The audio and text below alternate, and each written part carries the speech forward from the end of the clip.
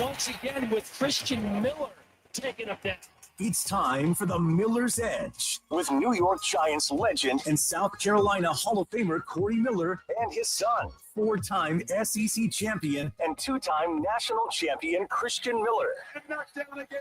It was Christian Miller. Here is college football playoff national champion Christian Miller on Tide 100.9 and 12:30 a.m. WTBC.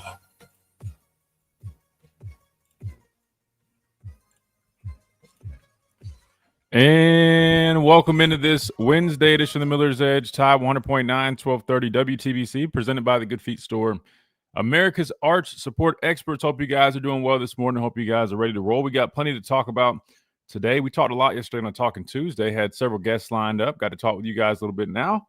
We look forward to talking some college football playoff rankings. We'll definitely continue to break down this SEC championship matchup, get you guys ready for that. A familiar opponent, but always good to talk about it, discuss it a little bit. Both teams look a little bit different since the last time that they faced each other. We'll talk a little bit about that, what to expect. We'll get there. But first, we got plenty to dive into, just like we have plenty to talk about with coaching changes and firings and hirings, all that stuff. Well, last night, Chase, Reed, Wyatt, you guys hanging out in the studio. I'm sure you guys are well aware and probably watched a little bit of it. But we had the latest college football playoff rankings revealed last night.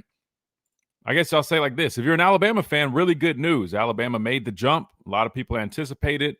Of course, Vegas knew before everybody else, right? The numbers were already going into effect well early to the day.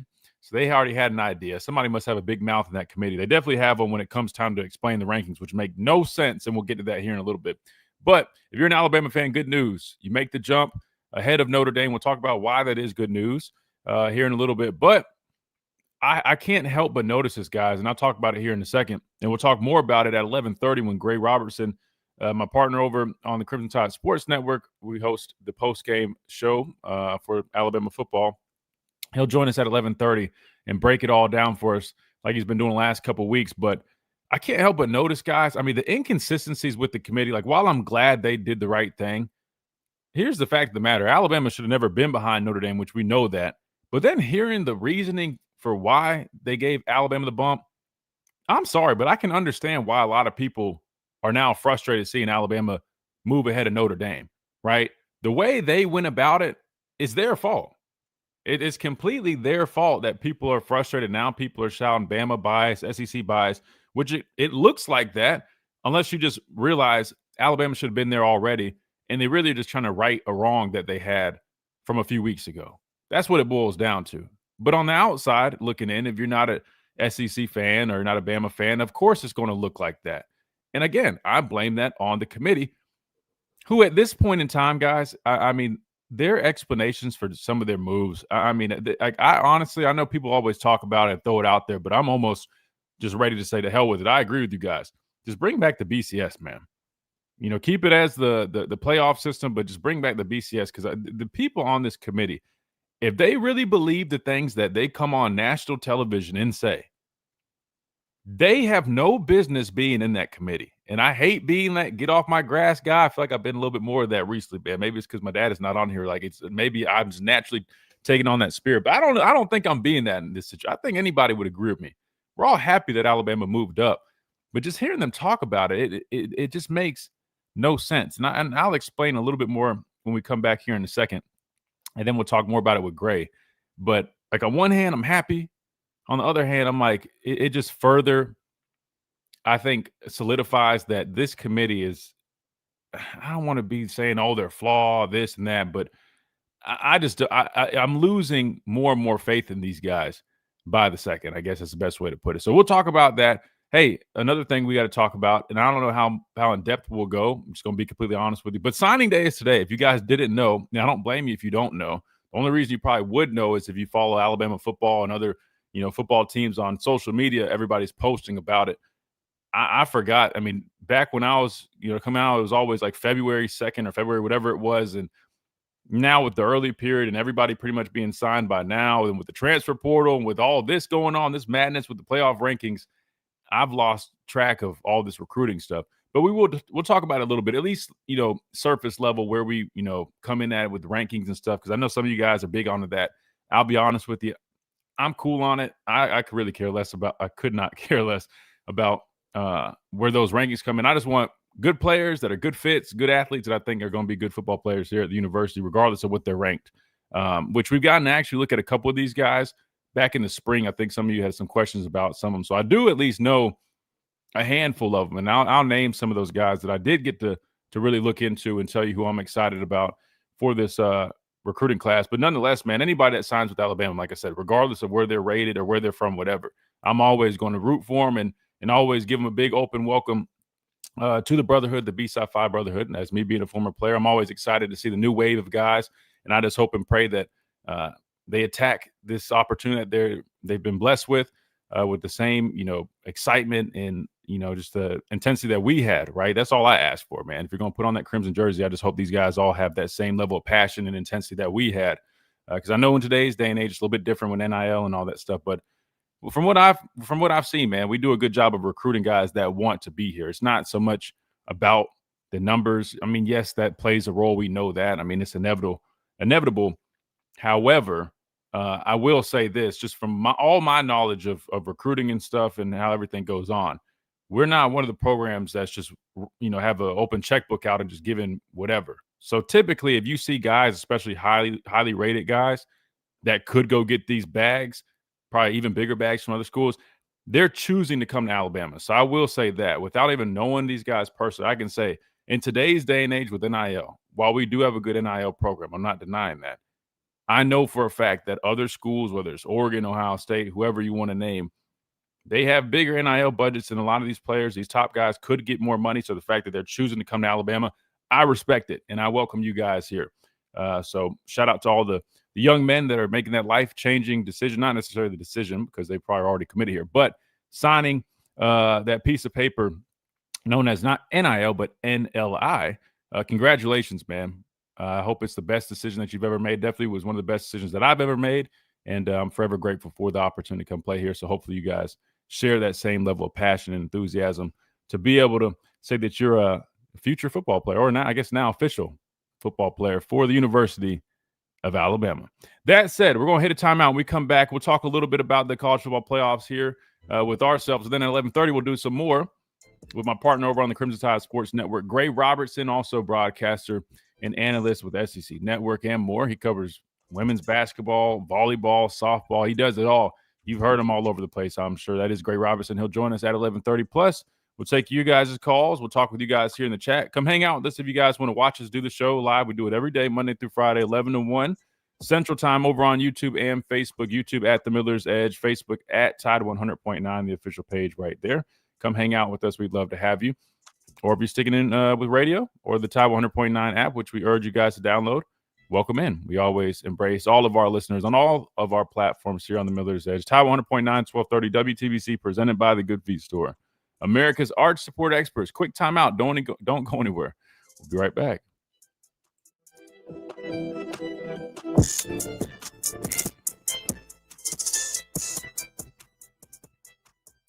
Hey, this is Wyatt Fulton from Tide 100.9. Since moving to Tuscaloosa in 2022, I've been embraced by the community.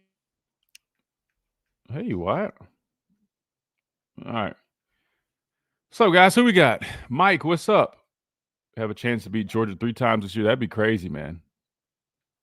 Somebody would have to look that set up. I threw that out yesterday. I was like, I think that'd probably be like a first ever in college football, beating the same team 3 times. But knowing some weird history, there'd probably be some, I don't know, maybe a conference back in like the 1940s where there was only like 6 teams and they just kept rotating each other. Maybe they played each other 3 times. But in recent years, I'm pretty sure that'd probably be a first. Phil, what's going on? And Kenji, what's up? Talking Tide, what's up? I think we're locked. If we were 10, would be worried, but I think the committee realized we should be above Notre Dame, and they overcorrected after we lost to Oklahoma. Or maybe meant overreacted. But yeah, no, I know exactly what you mean. Is Xavier Griffin solid? He's not signed yet. Everyone else looks signed today. I don't know. I'll be honest, man. I'll have to look into that. He was one of the first guys, though, that came out with like Yay Alabama and talked about like doubling down his commitment. Plus, I know his mother's very active in terms of like social media and think she's even done interviews and stuff like that. So everything that I had seen from him has always been, I mean, very solid. So I wouldn't probably worry about that. It's probably just a timing thing. Because if I remember correctly, I think his mom or his family just like huge Bama fans. So I don't think you have to worry about that one. But I could be, again, I in today's day and age, who knows, man. But I if I had to pick, I would say he's solid. Committee grew some big ones by dropping Notre Dame and keeping Ole Miss in. Look, I don't think just because listen, and then they came out, and I think y'all probably saw this, but Charlie Weiss came out and announced that he was going to be returning to Ole Miss, so they'll at least have their play caller on that side of the football. You shouldn't. That's why I said yesterday they should not punish those players. It's not their fault that Lane took that job. Not blaming Lane. Lane can make his own decisions. He's a big boy most of the time. But what I'm getting at is that that's not on those players. I know that is something to consider, but look, they're a one-loss football team. Their only loss is to a top-ranked, number 3 ranked Georgia. They deserve to be in the playoffs, no matter if they have a head coaching change or not. That's my thought on that. So I'm glad they didn't mess with that. That is a BS reason. Dude just needs to say we corrected a mistake instead of saying, oh, they dominated the first 10 minutes of the Iron Bowl. Exactly. And I'll explain, my thoughts on that. But I just didn't like it. Like I said, like the move. It's the right move, but it's the move that should have been made weeks ago. And I don't like you just coming out and saying you'll hear the hypocrisy once I kind of refresh you guys on what they said like 2 or 3 weeks ago. And you probably already know what I'm talking about, but it makes no sense. Crowell, that's the running back. I watched his tape. Now he's a good looking football player, and he's a young guy too. I think he reclassified. I remember him. Who else did you say? Morgan. I like Morgan. People got mad when I just said I like to see a little bit more, like in terms of his route running, like a little bit more. How do I explain it? Like on tape, I just saw a whole bunch of just kind of jump ball stuff. And welcome back into this Wednesday edition of the Miller's Edge, Tide 100.9, 1230, WTBC, presented by the Good Feet Store, America's arch support experts. All right, so before we really dive into the whole, college football playoff rankings, we'll do a quick little discussion here with ourselves, because 11:30 we'll discuss it with Gray Robertson of the Crimson Tide Sports Network, my partner over there, with our post-game show that we do every game day. You guys can always check that out about 45 minutes or so after the game concludes. You can always tune into the Crimson Tide Sports Network or wherever you catch that and listen to us do the show. But you'll hear from him here in a moment. But these are my initial thoughts. I just threw this on the screen. It's not huge. Let me make it a little bit bigger for you guys on the stream. There you go. That's a little bit better. Here are the updated rankings, December 2nd, which was last night with the show. So we talked about it. Alabama makes a jump over Notre Dame. They move to the number 9 spot after picking up a victory in the Iron Bowl over the rival, the Auburn Tigers, right, on the road. That was noted, and I should probably just pull this up. I'll get this clip loaded. The explanation that they gave for moving Alabama up, right? A lot of people anticipated. We saw that Vegas already had odds of Alabama making the playoffs jump drastically, so I think it was pretty understood that Alabama more than likely was going to make the jump, right? But let's go ahead and hear from Hunter Yurachek, right, playoff committee chair, and hear his reason for moving Alabama up to the number 9 spot. Notre Dame went on the road, had a strong win at Stanford, but Alabama went on the road in a rivalry game, looked really good, especially in the first half, getting up 17-0, ran the ball well. Auburn came back at them. They had a great gutsy call on 4th and 2 late in the third quarter to get a touchdown, and then got the turnover late in that game. And I think that was enough to change the minds of a couple of committee members to push Alabama up ahead of Notre Dame in this week's rankings. So there you go. That was Hunter Yurachek, right? The chair that everybody just has grown to love, right? Everybody loves him this season. That was his reason for moving Alabama up. And again, moving Alabama up is right. Let me preface by saying this, because I don't want people to misconstrue what I'm saying, right, or hear what they want to hear. No, this is what I'm saying. I'm glad that they moved Alabama up. Alabama should be ahead of Notre Dame, but this is my thing. We should have been ahead of Notre Dame. And I'm gonna be honest with you. If I was a fan of an out-of-conference fan or whoever, and I heard his reasoning for why they moved Alabama up, I would call BS, right? Because let's just call a spade a spade. I mean, yes, we did run the ball better, and we were up 17-0. But according to these guys, when you struggle in games, especially games that you're not supposed to struggle in, that normally works against you. Here's my example, right? Think back to South Carolina, right? When we lost, or excuse me, when we almost lost, right? We beat South Carolina, but we're coming close to it. They used that against us in the past few weeks, talking about us struggling against the South Carolina team. Well, then you have us going on the road against Auburn, and Auburn's record is not great. And we definitely ran the ball better, and we started decent. But again, at the end of the game, I mean, it was getting tight. They were marching down, almost scoring. To me, I'm just like, now you're praising us for a close game against an opponent, like an unranked opponent like that on the road. But why did you use that against us when we played against South Carolina? Not only that, a somewhat tight LSU game, which really, I mean, what was it, like 20-9, I think it was. So 11-point win over LSU at home, who's got a good defense as well. Very similar. It's like an Auburn type team. The record should be better. They're an SEC team. Quality wanted that. They just, they've played tight games. They use that against us too. But then now they use it in our favor to justify their decision to move us above Notre Dame. Again, I'm not trying to sound like I don't like the decision. I repeat, the decision is the right decision. But I can see why a lot of people in the college football world are now in a frenzy and all claiming SEC bias, Alabama bias, because it doesn't line up. You get what I'm saying? That's my whole point. Again, Alabama should be above Notre Dame. I'm happy they are above Notre Dame. What I'm not happy with is the inconsistencies that we're getting from this committee, even when they kept asking him, and I'll try to pull this clip up as well about, so, Reese Davis did a good job trying to really push it, right? Like, hey, so will the conference championships have any effect on where their teams come in the final rankings? He wouldn't give a complete answer on it, right? It was just kind of weird, which I understand. They're trying to play it safe. We've already seen they had to right a wrong just now, this past week or yesterday with Alabama. So he doesn't want to say too much because he understands, if it's a blowout, that probably could affect someone. And that leads us to the title, right? Is Alabama a playoff lock? I think the move to 9 pretty much solidifies a playoff spot. Unless I could maybe see a world where if it's an extremely poor game for Alabama, even though it should have no effect on a team playing in a conference championship game, because he would not double down and at least guarantee that if you play in a championship game, it will have no effect. That shows me if there is any type of reason that, and I think it'd have to be a very strong reason, like a blowout type loss, they could potentially hold a team like Alabama out of the college football playoffs, which leads me to say this would be absurd, right? Even though Alabama will be a 3-loss team, the fact that we're playing an extra game is even a thing. That's why I think at the end of the day, and that would lead to a whole hell of a lot more controversy. If you leave a team out of the college football playoffs, like Alabama, who comes in as the number 1 seed in the conference, so basically the top team in the best conference, even if you just, I know, Big Ten people want to argue that, just look at the top teams right now, and even some of the teams that aren't in the top, rankings right now, like a Missouri, some of these other, I think these are good football teams. We have the best conference.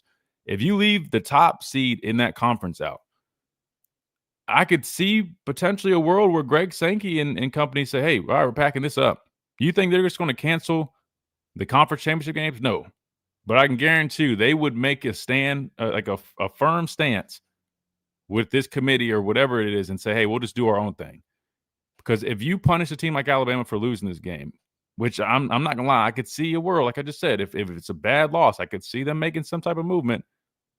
All hell would probably break loose, even though it already is somewhat of a frenzy. I mean, you look at even like the whole Notre Dame Miami argument. That's an interesting one right there. I know a lot of people are even throwing Texas in there.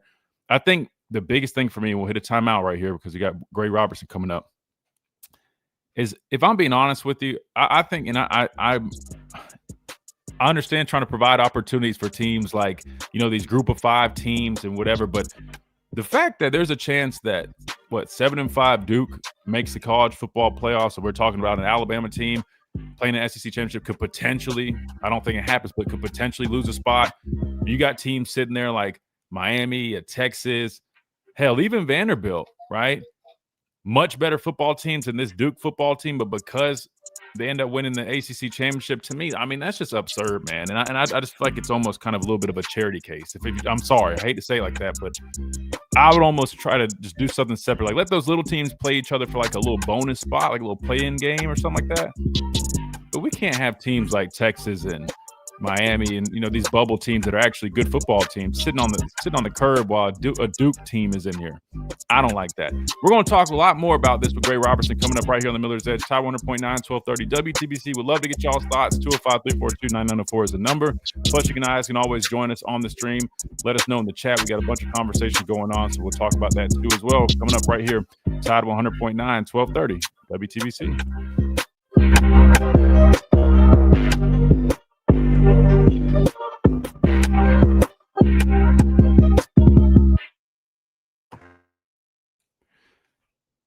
Man, what do you guys think about this whole deal? Right? And hopefully you guys understand my whole thing about their reasoning for putting us in. I just think it just goes against everything they said.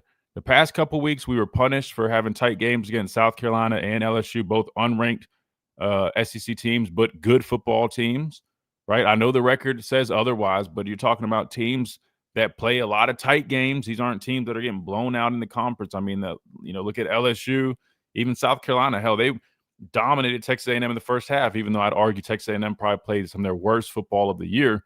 But still, we were penalized for that. And now they come on TV and they're applauding the game against Auburn and really highlighted a gutsy fourth down call in a late turnover, which, I mean, you think about it, what about South Carolina? South Carolina was damn near the same thing. I know it was more playing from behind, a little bit different versus Iron Bowl. Iron Bowl, you go up big, Auburn makes a, comeback, and then you seal the deal. It's a little bit different, but still big turnover on the defense in that South Carolina game. Great drive to put points on the board, and that was a negative for us.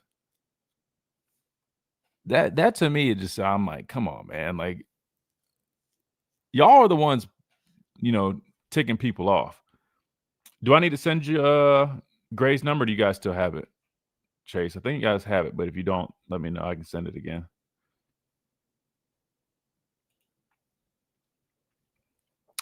There is a world where there is no ACC team and two group of 5 teams that get in. They'll try to make the reason for the 16-team playoff when you really just need to get rid of auto bids. You say get rid of auto bids, but what about like the model where people are talking about like 4 guaranteed SEC, 4 guaranteed Big Ten? I'm with you with the auto bids. At this point, if you're just going to do a 12 or 16 team, I just do the top ranked 12 and the top ranked 16. I don't even really care anymore about conference champions because at this point, the really only 2 that are really worth it are Big Ten and SEC. ACC is not worth the crap, and I guess it comes down to either Big 12 or whoever. I guess Pac-12 is trying to make a comeback. They're going to add a bunch of teams after this season, I believe. Yeah, I think the auto bids with those conference champions are just kind of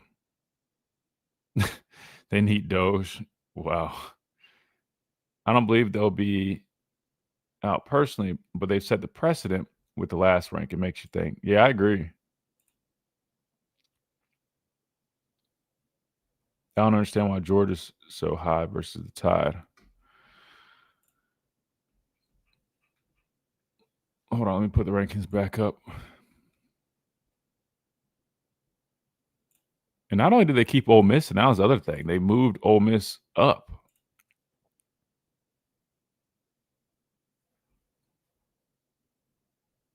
I don't know. Do you guys think Bama's still going to be in it if we happen to lose?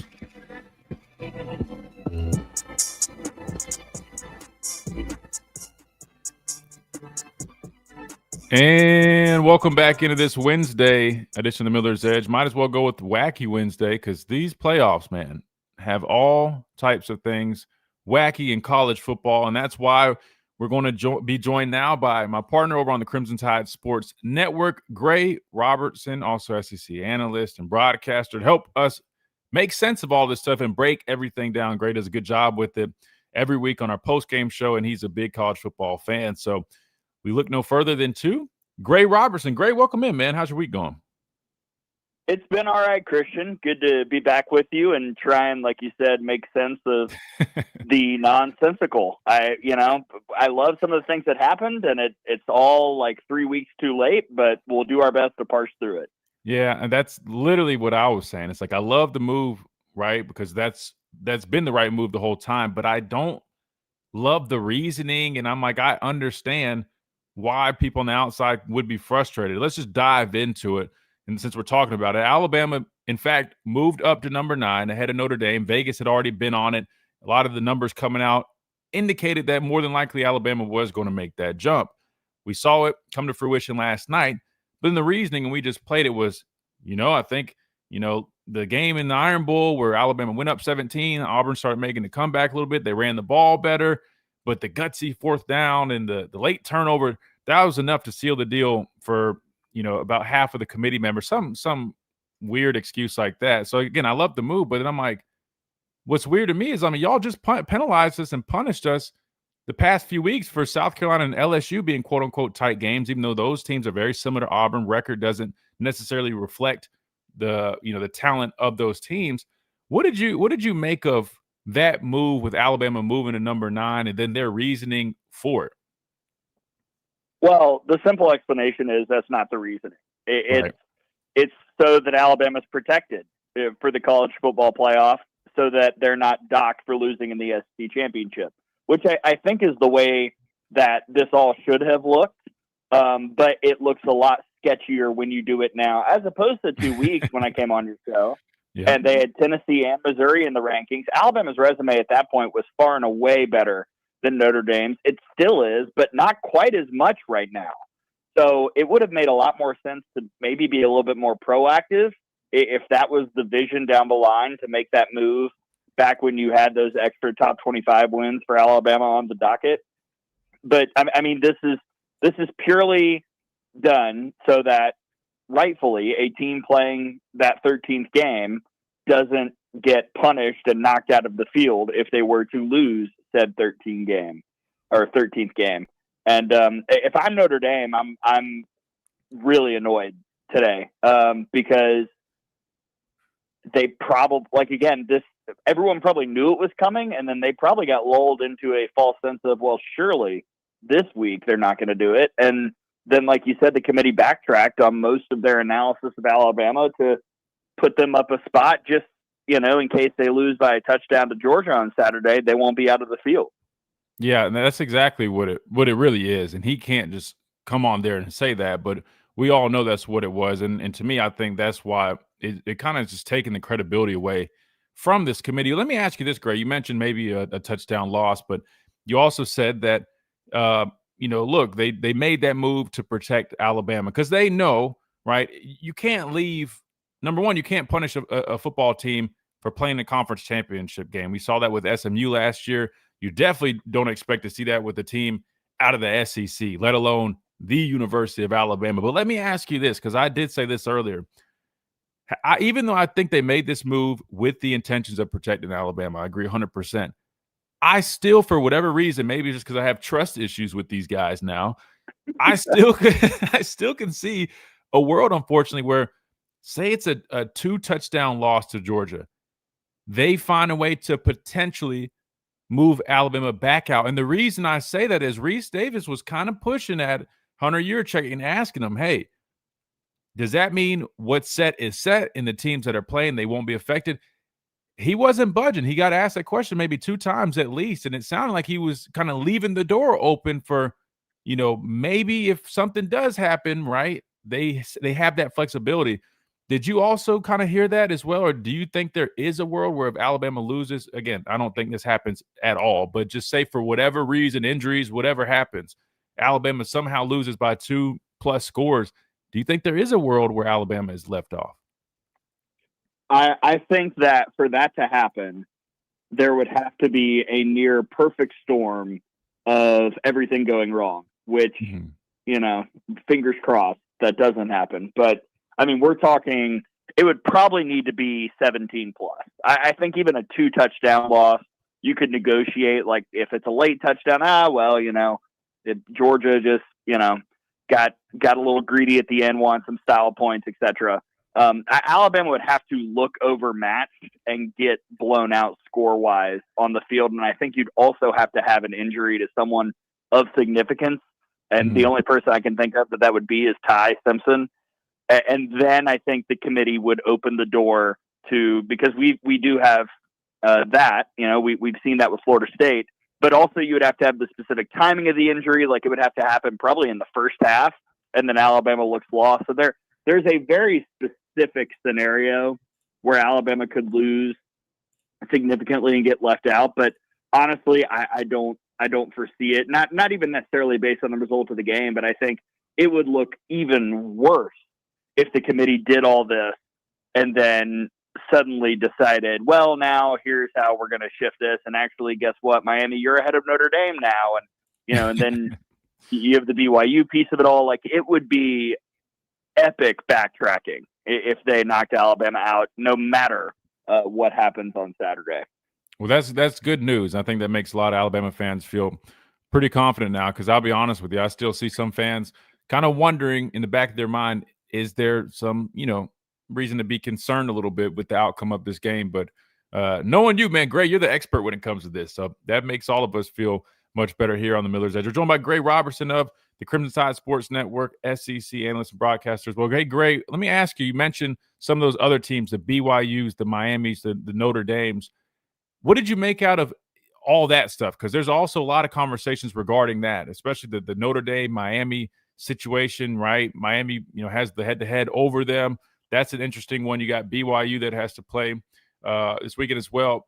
What's kind of like the latest with those teams, and give us kind of your thoughts on that whole situation. And does Miami still have a chance in this whole thing? I mean, I feel like they should find some place for a team like a Miami, at least over, if there's a chance Duke gets in there. To me, that just bothers me that you would have Duke in here just because they won the conference championship over a team like Miami, who we know is so talented. I mean, just, you know what I mean? We've seen games where these teams get in here and they get blown out. I don't want to see that. I want to see good football teams play good football teams. Is there any hope for a team like Miami, or maybe even a Texas, Vanderbilt at this point?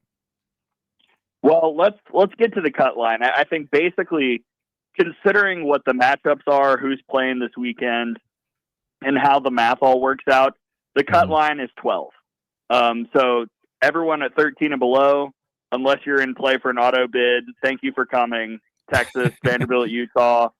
We appreciate your seasons. You will be credited with a really good bowl game, but you are probably, there's almost no chance that Texas and Vanderbilt get into the playoff.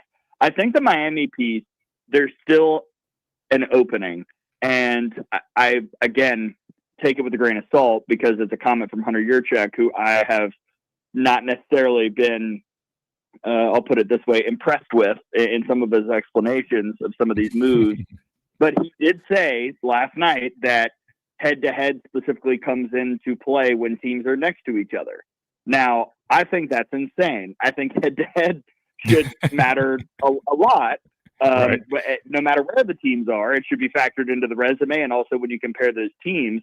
But if BYU loses this weekend, and we're looking at Notre Dame and Miami right next to each other, I understand what the committee has been saying for the last 5 weeks, that they believe Notre Dame is better than Miami.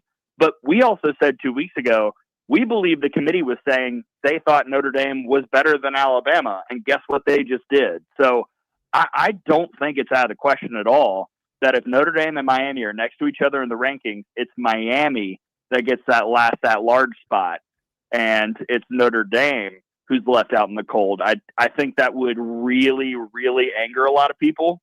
Yeah. But especially if we're in a possibility that is very alive, where the ACC champion does not get an auto bid. I mean, right now we know that the winner of the American is getting in, Tulane and North Texas. They have an auto bid. They're both in the rankings. Whoever wins that game is in the playoff. James Madison's at 25. And I think a lot of people get confused the idea that it's the 4 power conference champions and then the group of 6 champion.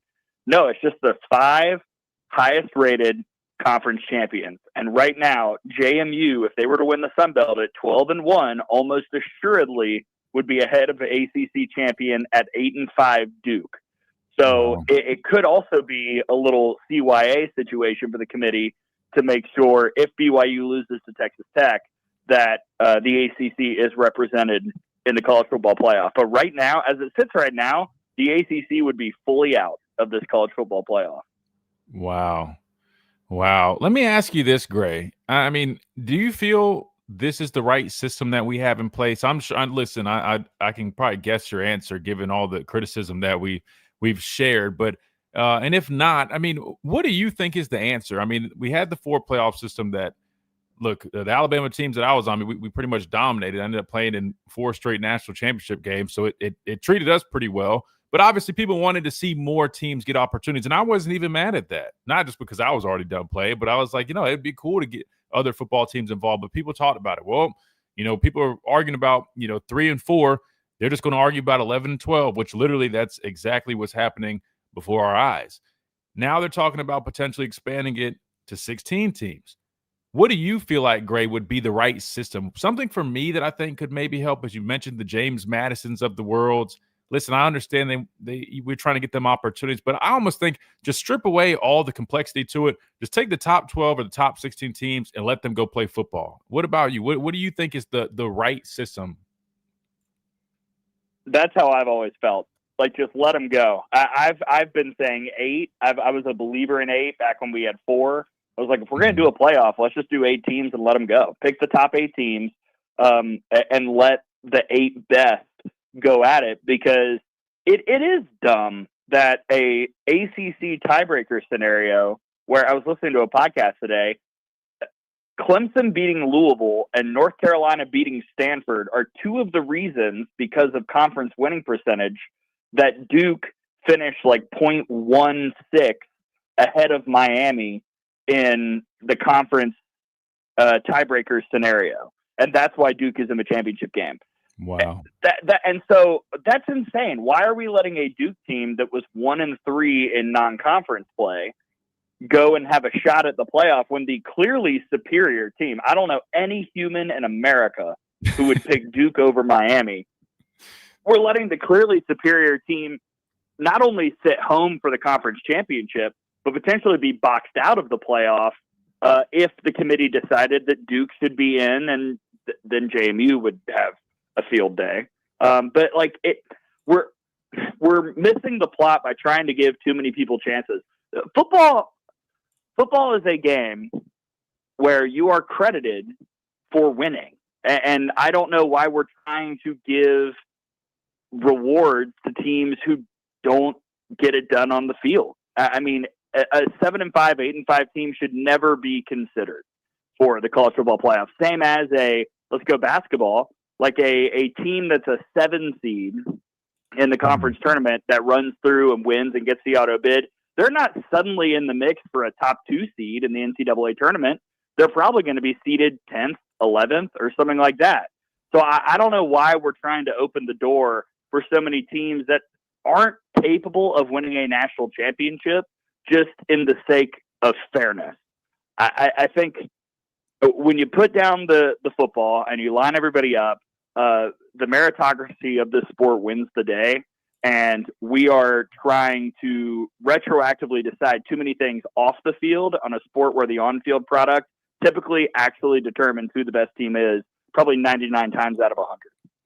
I agree. I almost feel like having a 7-5 ACC champion in this college football playoff, you can't help but feel like it's like the participation trophy type vibe. And I'm glad you gave us that explanation, because I'll be honest, I don't know too much about the ACC and their model for how they come up with, their conference championship game. But I was, left confused, scratching my head, knowing that there's other ACC teams in that conference that I think would be much better football teams, and they're not playing for that. So thank you for that explanation. We're joined by Gray Robertson, again, my partner over on the Crimson Tide Sports Network, also play-by-play with SEC Network Plus, host of the Out of the Box podcast. Hey, Gray, real quick before we let you go, again, you've been crushing. Our chat loves all the facts that you're spitting here, by the way.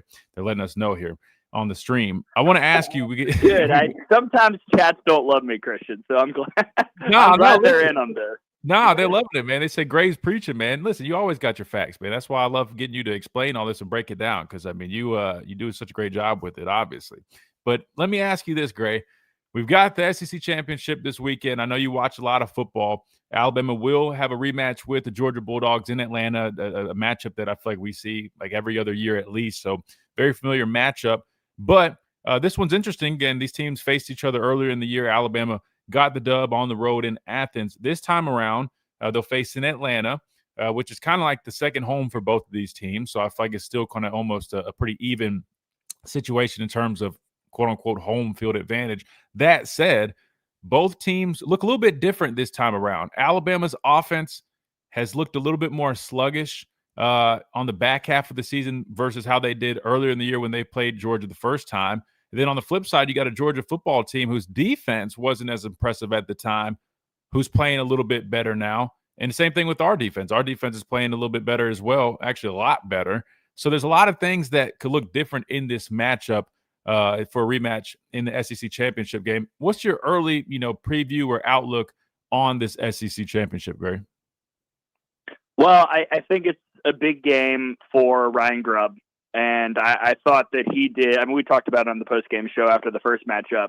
I thought he did a marvelous job scheming, crafting, creating so many different looks and plays in the first half against Georgia.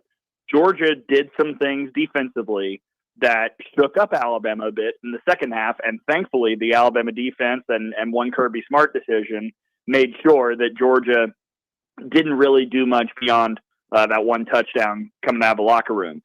So as I look at this matchup, I see, again, probably two very even teams.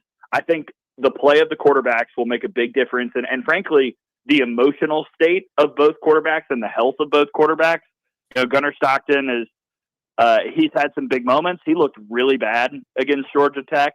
Ty Simpson took about 1 million hits, and he's a baller, and we love him for that. But I hope that he's actually okay after some of the shots he's been taking the last few weeks, and also can Ty kind of keep things calm and display some of the mechanics and the decisions that we saw from him in the big moments against Auburn, as opposed to kind of a standard first or second down. That was where he seemed to really get in trouble, where he had to truly make decisions, where he had to read a lot of things. When he knew where the ball was going, when he was ready pre-snap, that's where he was at his strongest this past weekend.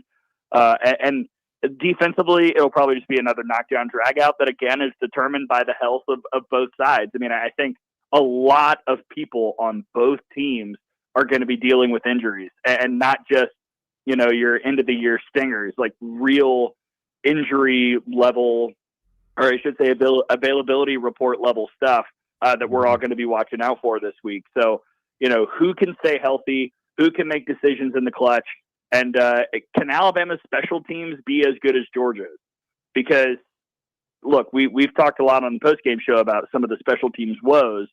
Special teams outside of one punt on Saturday was really, really good.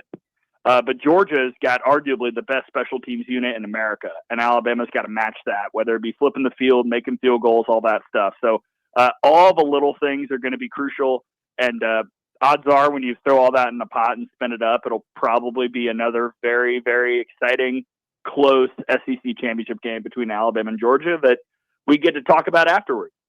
Yeah, absolutely. Yeah, I'm looking forward to it. And hopefully it's a party like we like to call it on our post-game show. Again, you can catch that every game day. We do it about an hour or so. We kick off when the game concludes. And again, being great. Break down the game. We answer your questions. You can always tag us on Twitter and Facebook if you guys have any immediate questions after the game. And we break things down not only for our game, but then we also take a look around the league and the country at things and how they take shape.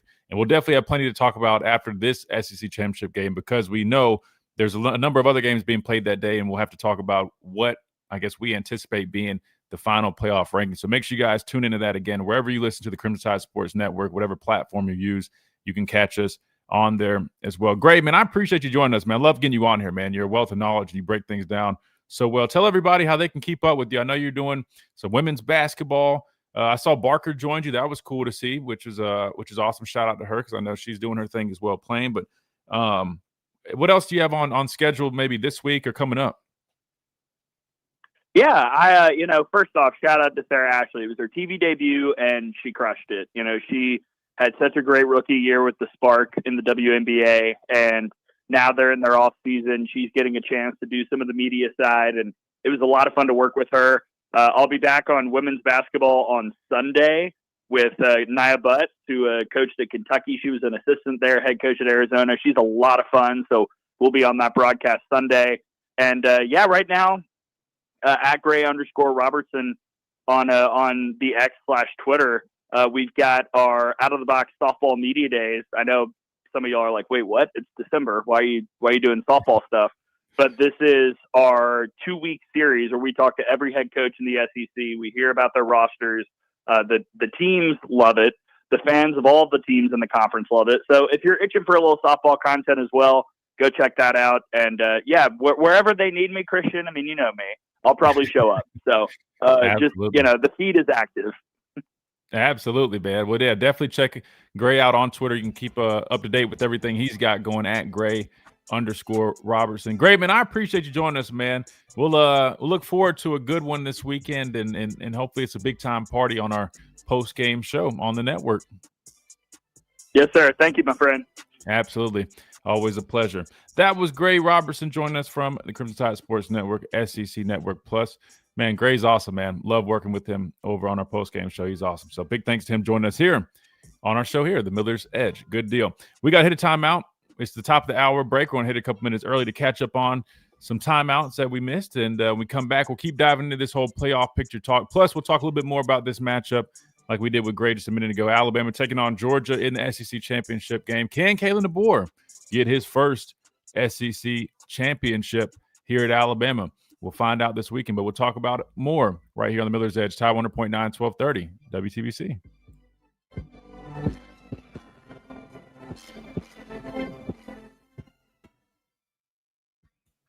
Black Friday. Kazan, what's going on, man? Yes, sir. If you guys are just tuning in or you've been hanging out with us, man, if you haven't, man, do us a favor. Just hit that like button. It's completely free. It takes 2 seconds. It just helps us out here on the channel. Helps keep everything running, keep it free, and all that good stuff, man. We appreciate you guys for sure. Let's catch up on some of these chats that we have, though. Let's see. We got Carson in here. What's up, man? We got the whole crew in here. I agree. Shouldn't be auto bids, Jake says. Stop trying to expand the playoffs. It's not supposed to be easy to win a championship. I think that the whole premise, man, was initially like trying to afford, more opportunities to other teams that typically wouldn't. And I was for that. But if it comes at the expense of good quality football teams, I think that's where I kind of draw the line. I don't want to sound, harsh, but like Gray said, and then some of you guys in the chat, when you have a 5-loss football team, I understand they end up winning the conference championship. And I'm talking about, was it Duke? But still, and that's if they do. But to me, you're penalizing other good football teams just because they won that conference championship. And that's if they make it. Like Gray said, there's a chance they could be left out because it's not just a guaranteed spot for a champion. It's the 4 highest ranked champions. But even that said, I mean, listen, and if JMU is legit and they're able to play with the big boys, I guess they get a chance to prove it. We'd have to find out. But I don't know, man. It's similar to last year. There are several teams that, whether it was an Ole Miss team, a South Carolina football team last season, hell, even us, right? It just would make for much better games. I mean, and if they're about making money, let's just call a spade a spade. Who do you think? What game would draw more attention, viewers, and money, right? More revenue. Alabama in the playoffs or JMU as a 12-1 team, a 10-3 Alabama football team or a JMU football team. I'm not saying that's how you should judge it, but I'm just saying, I mean, come on now. A 5-loss Duke football team or a 3-loss Texas team. Hell, a 2-loss Vanderbilt team. Right? I mean, like, come on, man. But who knows? If they go to 16, if they don't fix some like the auto bid stuff, you're still going to see issues. So I don't even know if that's necessarily the answer. I mean, at some point, maybe 5-10 years down the road, it might just turn into the NCAA tournament like basketball. What is it up to now? Like 64, whatever it is. clearly it's not going to get that high. But that would be kind of crazy if it got to that point. You couldn't play that many football games, so you're definitely not doing that. But maybe what if it got up to like, I don't know. Nah, it wouldn't happen. Football is different. Can't play that many games. If Bama loses the SEC championship, they're not in the playoffs. Shouldn't have to put it in the committee's hands if you take care of business during the season. Listen, I respect the, I guess what you would call it, competitiveness.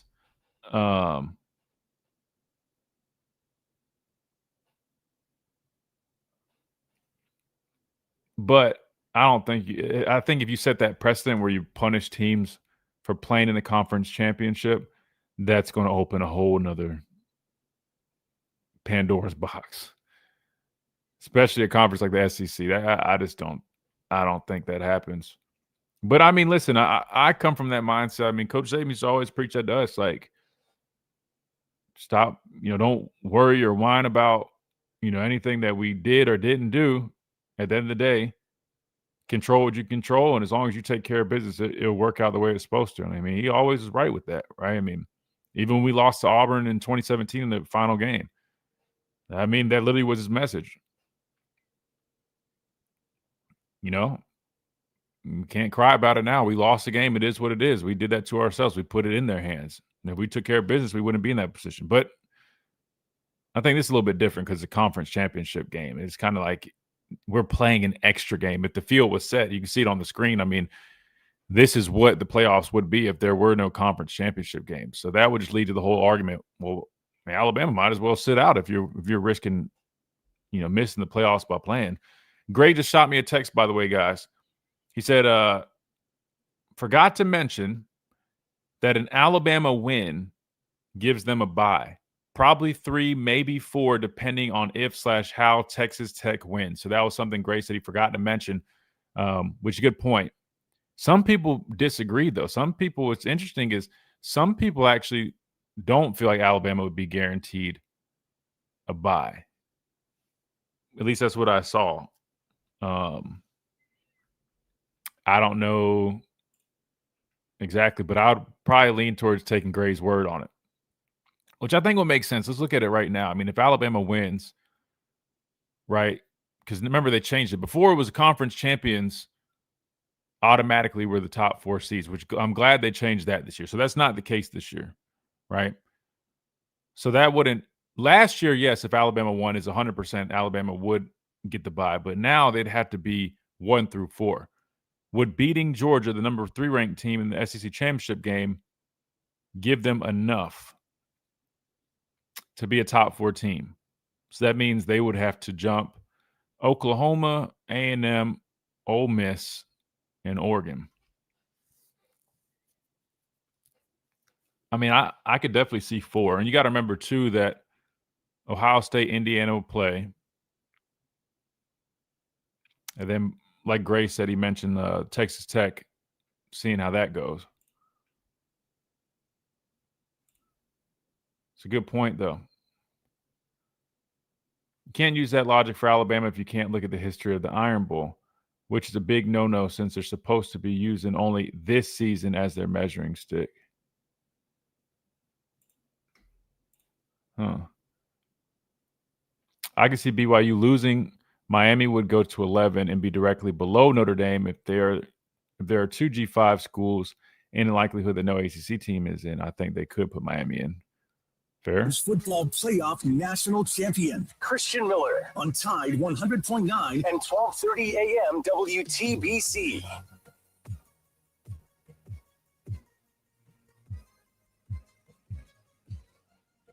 And welcome back into this Wednesday edition of the Miller's Edge, Tide 100.9, 1230 WTBC, presented by the Good Feet Store, America's art support experts. If you haven't checked them out already, make sure you guys do that.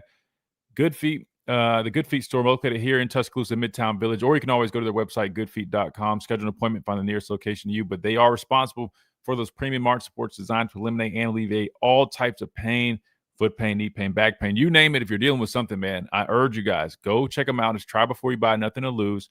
They're just some inserts you put in your shoes, man. They get to work. In 4 weeks, they're clinically proven to eliminate and alleviate that pain. You don't have to be a former athlete like myself, even though I definitely deal with a lot of bumps and bruises from that. But still, people like me that are on your feet all the time, walking around, nurse, teacher, whoever, you definitely could benefit from these arch supports. So check them out.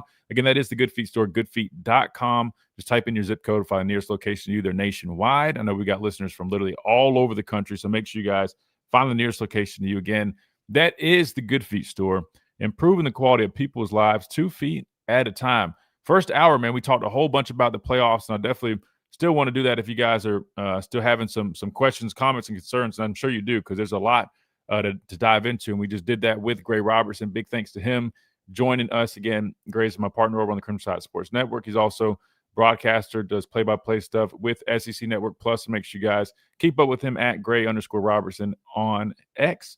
But let me ask you this now, Chase, Reed, whoever is all behind the glass today. I'm curious what y'all's guys' thoughts were with the whole playoff rankings that came out last night, and just overall what we've been talking about. I mean, do you feel like there's any cause of concern for Alabama if you happen to lose SEC championship game? Which, again, not saying that happens, but for whatever reason, right?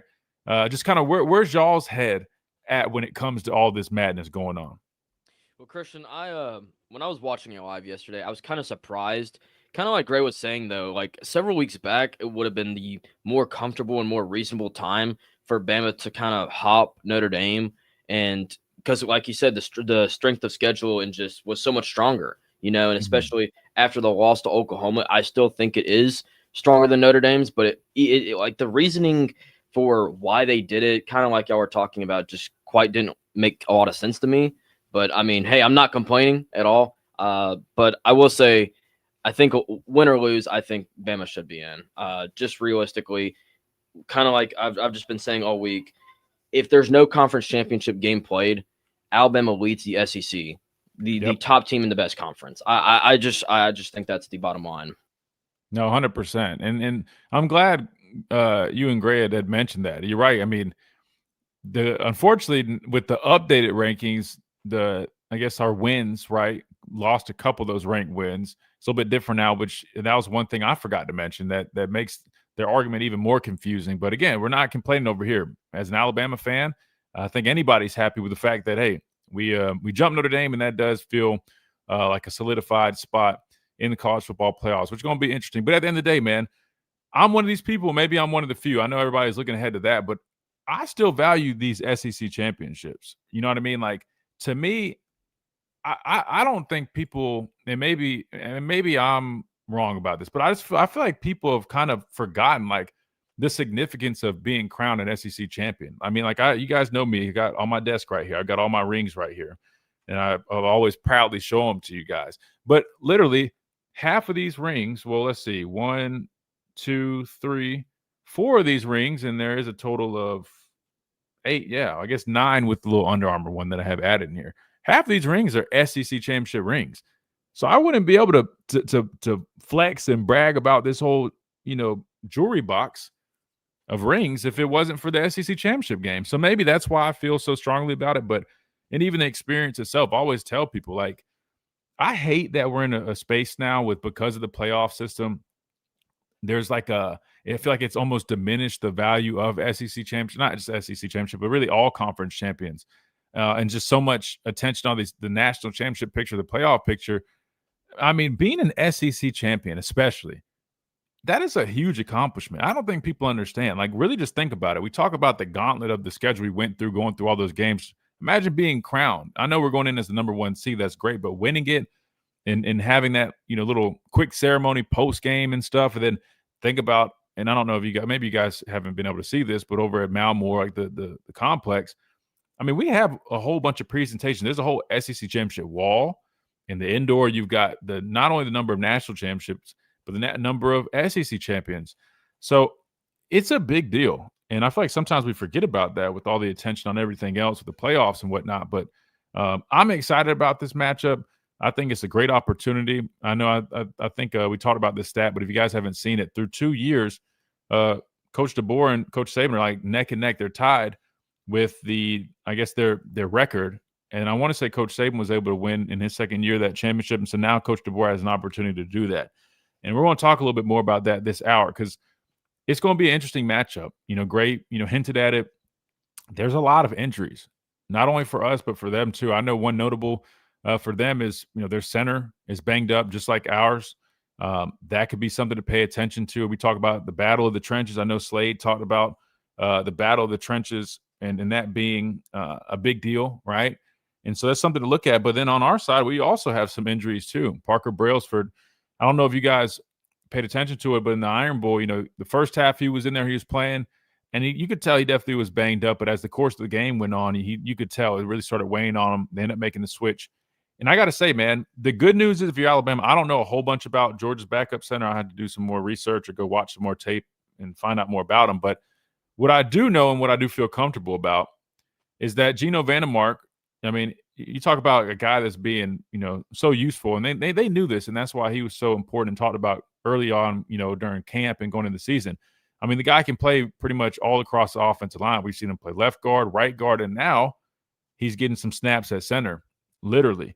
And he did a good job against Auburn, right? I mean, not perfect, but I definitely think it was good enough to say, all right, we're not too concerned if Parker Brailsford, for whatever reason, can't go. I think he's going to try. I don't have his updated status. I'll be honest with you. I haven't talked to anybody. But if it does, in fact, end up being a situation where Brailsford's not healthy to go, the good news is our backup at center in Vandermark, I feel like you can feel pretty confident in him, knowing, he just did it against Auburn, who has a really good defense and a defensive front. Plus, he's got plenty of experience in college football, playing other positions as well. So that's the good news. In terms of the loss of Cuevas, that one's going to be interesting. I definitely felt in the Iron Bowl you could feel that loss somewhat, and I say from a number of spots. In the passing game, I feel like it just makes the quarterback feel so much better when they have their security blanket, when they have that go-to guy. Those underneath routes, a lot of design plays for tight ends. It's hard to feel comfortable calling those when you got a true freshman in Edwards and Pritchett, right, another young guy in the game.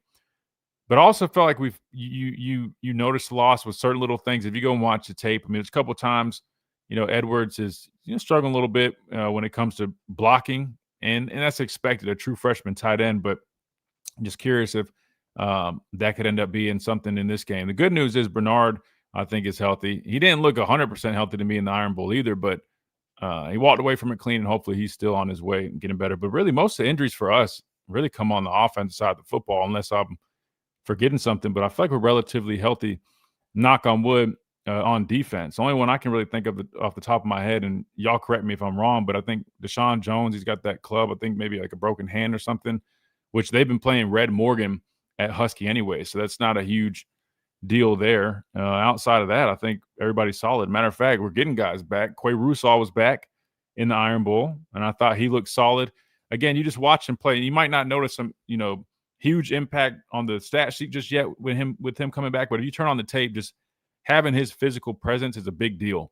I mean, if you go watch how Quay Russaw plays the run, I think he's still probably, getting a little bit more healthy as we speak with his foot, but he still had plenty of juice for a guy that's coming off of a broken foot or whatever the injury was. And two, just watching him take on, whether it's tight ends or tackles, setting the edge, man, Quay Russaw is physical with that, and he does a really good job. You're talking about a Georgia football team that's going to look to run the football. I think, matter of fact, shout out to Cover Crimson. I think they put out the stats comparing the two teams. I want to say had Georgia averaging like 100 and maybe 90 yards on the ground per game. I got to go find it. But anyway, Georgia's going to try to run the football. That's what they like to do. So having guys like that back is a big deal in this game. I see Phil, he says, Cuevas was able to get open when Ty needed it. Yeah, and that's the beauty of a tight end, a reliable tight end. I mean, we talk about him all the time. Look at Pat Mahomes with Travis Kelce, right? I mean, look at Mark Andrews with the Ravens. You name it. I mean, Knox with the Bills. I mean, tight ends, the best teams always have a reliable tight end because it allows you, especially underneath, quick passing game, almost like a security blanket, just dumping the ball off, helping your quarterback get in rhythm. When you have a guy like that, man, it enhances the quarterback play so much. And that's what Cuevas, turned out to be this season. If you go back and look at it, I know Horton has been a great addition, but I would argue, I would listen. I think even the numbers will say this. You got Jeremy Bernard and then Cuevas right there in terms of targets and receptions. I mean, he's that impactful. Now, you clearly saw us. I mean, the Iron Bowl, I mean, we can win games without him, but it is a big loss. So then you add Jam to the equation. I forgot to mention him. right when he got back looking like, the old Jam, right? I felt like he was feeling confident, probably a little bit more healthy than he had felt in weeks. He goes down with another injury, and I don't anticipate him playing either. So Daniel Hill and whoever they have, rotating with him will have a lot on their shoulders because we're going to need that running game in this game. It's going to be important. You think AK Deer gets a little bit bigger of a role here? Wait, who is it? That's not Reed. Who is that? It's Jackson. Oh, Jackson. What's up, Jackson? I'm like, y'all are scaring me. I'm like, wait, Reed, are you good, bro? You swallowed something the wrong way? What's up, Jackson? I would say you said AK Deer. Here's the thing. I definitely think you probably see him get a few snaps. I don't know the amount. I know a lot of people are calling for that. Because Kevin Riley's hurt, is he not? Yeah, if Kevin Riley's still out, you definitely see that. If Kevin Riley is a go, personally, I feel like you maybe see a little bit, maybe all three, right? But I think at this point, yes. I mean, we've seen AK Deer get more snaps. They've even talked about it. They want to try to get him the ball a little bit more. And I think you need somebody with a little bit change of pace. Like Daniel Hill to be 245 pounds is very athletic, but having a little bit more shiftiness, you know what I mean? A change of pace back is really important. And I like Kevin Riley. I know some people kind of forgot about him, over the course of the year. But here's my thing. Like, he was one of the few guys that was, like, even back early in the year, putting his head down and hitting the hole, right? Not just in one game, but when he was seeing action early on. And to me, that was impressive, especially with him being the lightest guy in the room.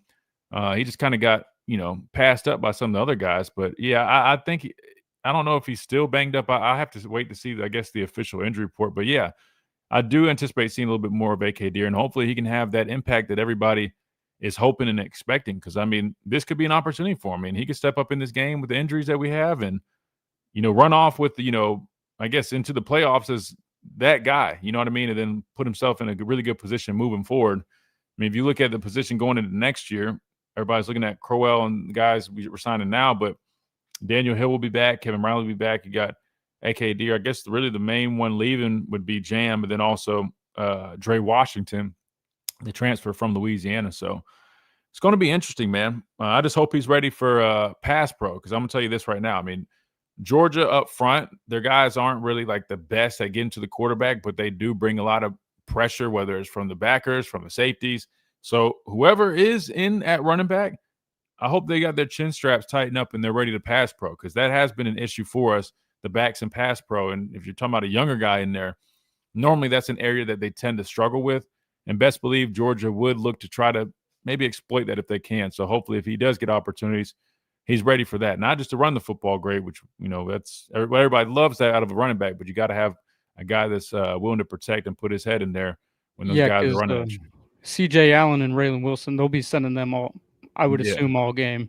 1,000%. Yeah, I mean, that's if you look at how they get to the quarterback, I mean, they struggle with the guys up front, just, letting four rush, right? So they run a lot of they plug backers, right? Run a lot of dogs. They bring, guys, whether it's, safeties, corners. And that's when you're talking about those backs being key, right? And you go back and look at the Oklahoma game, we had 2 sacks from the running backs, right? Failing in pass pro. So best believe Georgia, they're going to watch tape, especially the games that other defenses had a lot of success. And what did Oklahoma do? Well, they did a lot of that as well. So something to look out for in this matchup. We got to hit a quick timeout. We come back, we keep on rolling. Speaking of the players, we had player interviews yesterday. There's some availability after practice.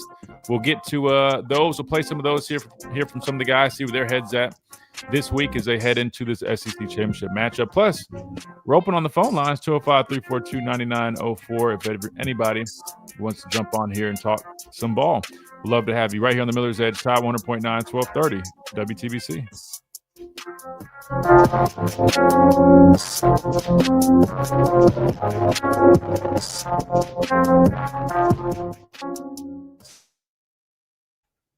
Shout out to Jackson. We got a whole team behind the glass. That's on me, Jackson. I didn't know you were back there today. I was like, wait, hold on, because earlier I feel like I was like, I heard Chase. Maybe did I not hear Chase this morning? Wait, no, I did hear Chase. I heard Chase. I heard thought I heard Reed and then Jackson too. Y'all got a whole team back there. We got a whole Fortnite squad behind the glass. I see why this staff likes a sleeper 4-star quarterback from Hawaii who signed today. Makes some slick next level throws. Looks like he's in a system that currently fits what Bama wants to do. You know what's funny? I actually watched his tape when he committed. Somebody called and asked about him. He did have some good throws on tape. He's a bigger guy too, I believe. I do like him. I like the other guy too. The guy from, where is he from? Is it like Nebraska or something? I'm drawing a blank on his name, but is it Mahala? Y'all know I'm bad with names. He's a good player too. I think both guys are good prospects. You don't want to be in Ohio State's bracket?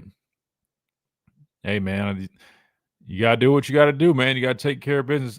Depending on, listen, if you win the SEC championship game, I mean, you shouldn't have to worry about that because you should be a top 4 team. Jet Tamala, thank you. There it is. He's a pretty good player too. Oh, and the guys from Utah. Thank you, Sam. Yeah, we got some good players. The ones that I've seen, I forgot. I told you guys I'd throw some names out there. I like Crowell, the running back. He runs hard. Looks like he's got some good vision. I know we're talking about a lot of vision these days, right? This season, but he looks like he's got good. But I will say this: everybody in high school, man, is going to look like everything's all propped up. So you got to see when they get here. I know a lot of times people watch these highlights and they think everybody's going to be the next whoever, the next Mark Ingram, the next Julio. But I'm always just patient with guys, because everybody's path is different. Everybody's development is different. There's going to be guys in this class who's not really being talked about that ends up being, better players than some of the higher ranked guys. That's just how it always works. So to me, I just always just play the patient game. What are your thoughts on Keon Keeley? Been pumped for him for quite some time. Hope he doesn't transfer. I don't think you have to worry about transferring with him. And again, I shouldn't speak for him, but I know Keon. I've known him since he was in high school. He literally, one of the reasons I like him so much is because he literally reached out to me when he was, because he was committed to Notre Dame, I think it was, but he was wanting to come here, and he reached out to me and was like, "Hey man, like always watched you when you were at Bama and just had some questions about some stuff." And he literally just asking, what's it like playing at Alabama, like schedule wise, or like literally not just like not football schedule. He's talking about like schedule, like throughout the day, or like, the experience. And to me, that always like, it just impressed me because I'm like, man, number one, that's some shit that I would have done when I was in high school. That's how I thought. Like everybody else thinking about all these other things. Like that's the type of shit that I would do. But two, like, he's a really good football player. And that's why I talk about everybody's development is different, like his was a little bit different than mine. Like mine was from a physical standpoint, like I had to put on weight, get bigger and stronger. And I knew that. He had that aspect to him, but he had to learn more about the game itself and, his role and that transition from high school. And that's why it was a little bit longer for him, compared to some of these other higher ranked guys to get an opportunity. But I think you're seeing now, man, all that hard work and dedication that he's been doing behind the scenes finally come to fruition.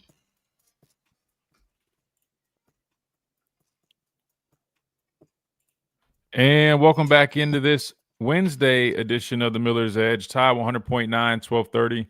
WTBC presented by the Good Feet Store, America's Arch Support Experts. We got some player interviews from yesterday I want to get to. We got a couple of them, so we're going to have to pick. We've got Jeremy Bernard, we got Caden Proctor, we've got LT Overton, we've got Bray Hubbard, and we got Zabian Brown as well. So let's see. Bray Hubbard had himself a hell of a game. But I will say this, Bray is just very straightforward when it comes to media, where he's just like, man, he's all about that action. He doesn't really care about any, numbers, this, that. He just wants to play ball. Who should we go? Let's go with LT Overton. I feel like we haven't heard from him in a minute. Let's hear what LT Overton had to say. And we'll try to listen to as many of these guys as we can. Plus, I want to talk a little bit about signing day. I don't want to completely look over it because I do know a lot of you guys really like recruiting. So I will bring that up here in a second. We'll just take a quick scan over, and if there's any questions about certain guys, maybe we can pull up their tape. But let's pull up LT Overton from yesterday discussing the SEC championship game this weekend. Just what do you think of the way the defense played this past weekend? I feel like it was phenomenal all around. There's definitely little gaps you can fill in when it comes to run stopping, and just all around getting the ball out the air. And we can get more takeaways too. Is there any difference in the film study for a team like Georgia that you've already played before versus a team that you haven't already played? No, not really. Really treat every opponent the same, regardless if you played them or not. It's a new game, so we're going to treat it as such. What do you expect to see out of them, especially in a game that's kind of in their backyard? Just more grit. I mean, we've already played them away at their place, but it's for a bigger stage now, so both sides are going to give it all. And in terms of their offense, obviously they have a versatile running game that was talked about a lot going into the first matchup. Do you expect that to be a focal point again? Always. I mean, that's what SEC built on. Run first, pass better. And what can you guys build on maybe from what you did well this past weekend going into the SEC championship? Definitely just techniques. Everybody just keying in on their gaps and assignments, just focusing on our jobs and what we're supposed to do. Everybody do their job, it should be a breeze. What do you think maybe is the biggest area of improvement or learning or coming along that the defense has had since the start of the regular season now that it's over?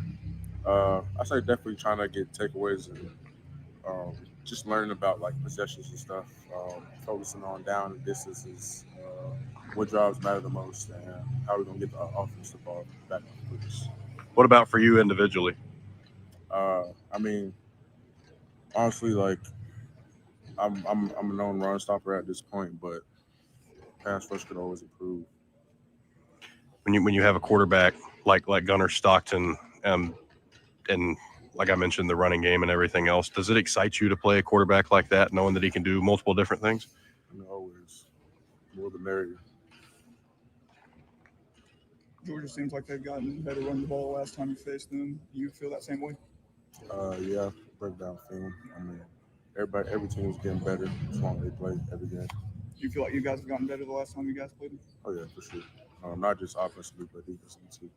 Figure out more ways to get the ball off other teams and to be more fundamental in the run game. You guys have generated a lot of turnovers, excuse me, the last couple of weeks. Do you feel like that's the identity of this defense? Oh, yeah. I mean, that's one of our main goals, focuses. We call ourselves one D. This main thing, just get to that ball. We always get the offense the ball. Does Womack emphasize that at practice, taking the ball away? Always. Near every drill, get somewhere we got to get the ball out.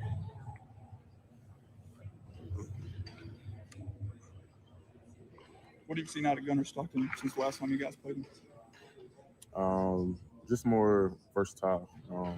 Not just on his feet, but he's making better reads. So our DBs are not just DBs, but our whole secondary is working just to make sure he has like less visions down the field. I don't really know how that goes, but giving us more time up front, get back there.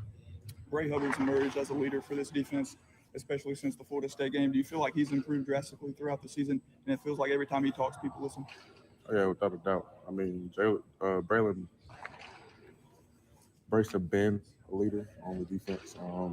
He's considered one of the top leaders. Everybody, if anybody has anything to say, regardless who you are, anybody can listen on the team. This is how this rolls. That's the standard on this team. But I just seen tremendous growth. I mean, with all these games, Brady's been a savior in a lot of them. So, LT, are you guys watching a lot of that game film from that game in September, or are you guys watching a lot from after that post when they saw you guys last, or what does that look like? I mean, other than the way teams come up their offense, teams grow, not just mentally but physically long the season goes. So it's more so, are they focusing on their strengths in their offense, and how can we take those strengths away? So I guess looking back at the last game you guys played, I guess watching that film, how much growth do you see in your defense? Tremendous growth. I mean, what was it, the fourth game? Yeah. End of the season now. Yeah. Not just secondary, but I've seen tremendous growth in the D-line too. You don't need everybody, not just the ones, twos, but threes and fours too. What specifically, what does growth look like in the D-line since then? What do you guys do better? Honestly, just striking the dude, striking the dudes better. Not just that, but you just see a whole different change in mindset, intensity. Yeah. Dudes trying to really just get after each other, get better, beat each other up. Everybody trying to get on that field. So. Yeah.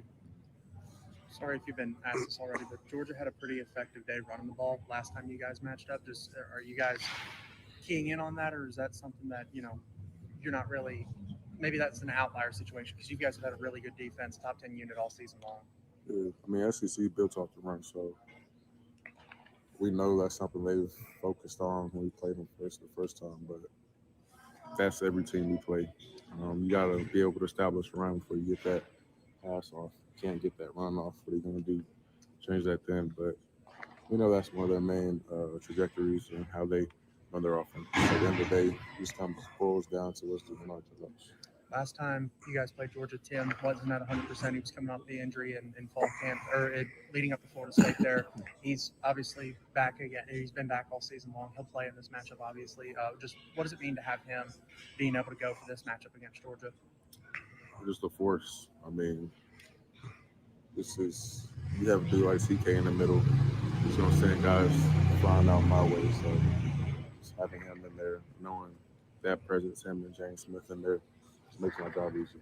Two more for LT. Just being kind of from Georgia, but also kind of from here in some ways. What does it mean to play in it? It means a lot. I mean, I've been in a lot of SEC championships in my past life as a fan, but finally getting to be in one in my senior year, riding out, means a lot.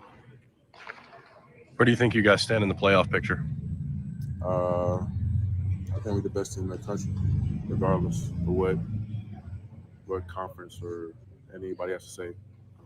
It's us against the world, regardless. So, there you go. Best team in the country, them against the world, says LT Overton. Strong way to finish that interview. We got to hit a quick timeout. We come back. We'll keep talking this SEC championship matchup, probably hear from another player or so. Plus, we'll talk a little bit about signing day as well. We got to show some love there. A lot of young men signing with Alabama. We'll take a look at the updated rankings for you guys. Last time I checked, I think we were around like 2 or so, but we'll pull those up and we'll discuss it a little bit. 205-342-9904 is the number to the program. I think we got Tommy on the line. Outside of that, I think we're freed up. So if you guys want to jump in, come on. We're encouraging you guys to do so. Right here on the Miller's Edge, Tide 100.9, 1230, WTBC.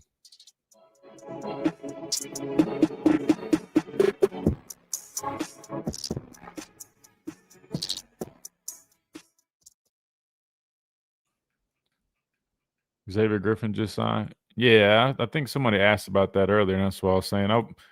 I wouldn't look too much into it. I think everything I had seen from him was, he was huge on Alabama. Him and his whole family.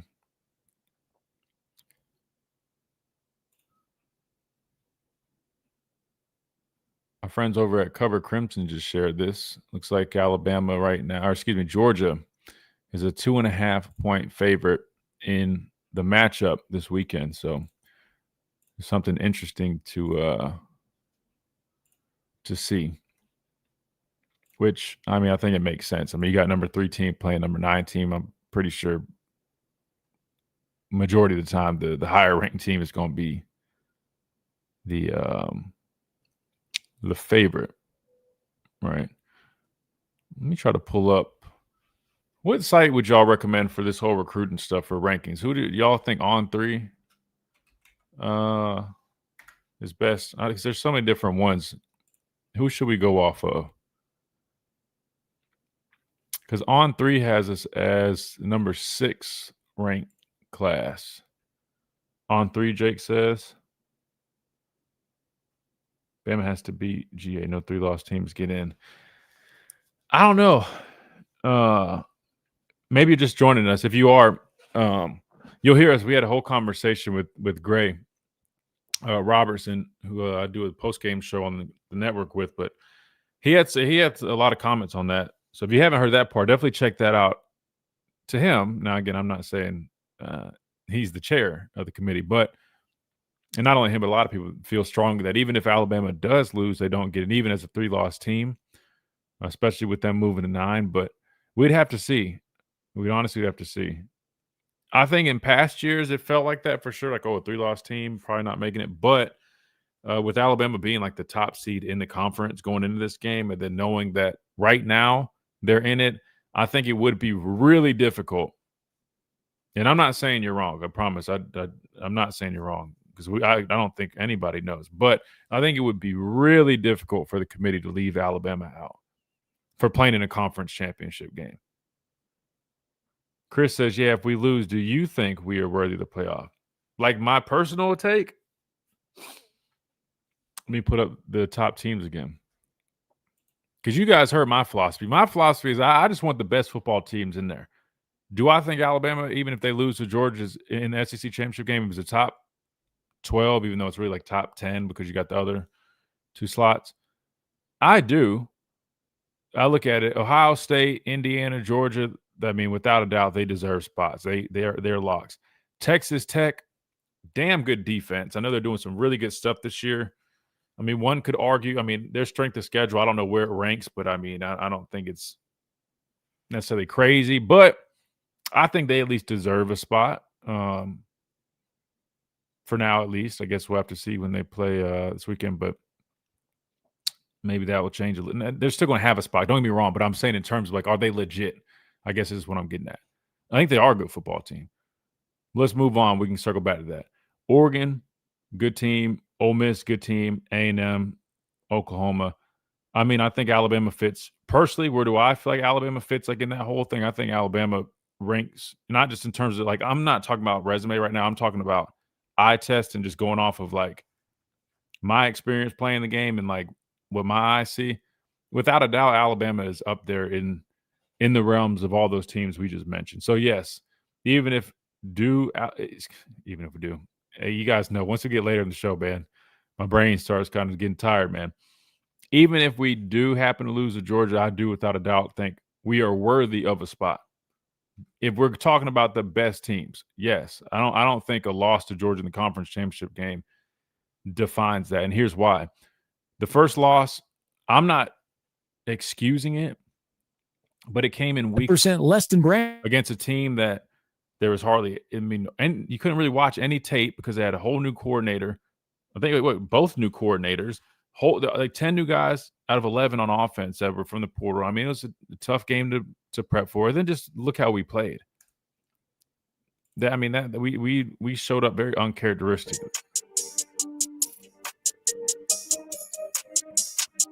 And welcome back into this Wednesday edition of the Miller's Edge, Tide 100.9, 1230 WTBC, presented by the Good Feet Store, America's Art Sport Experts. I want to just finish this talking point I was having during the break real quick. We had a question. It's a good question. It said, if we were to lose, do you think, like asking my personal opinion, we are still worthy of the playoffs? And I said yes.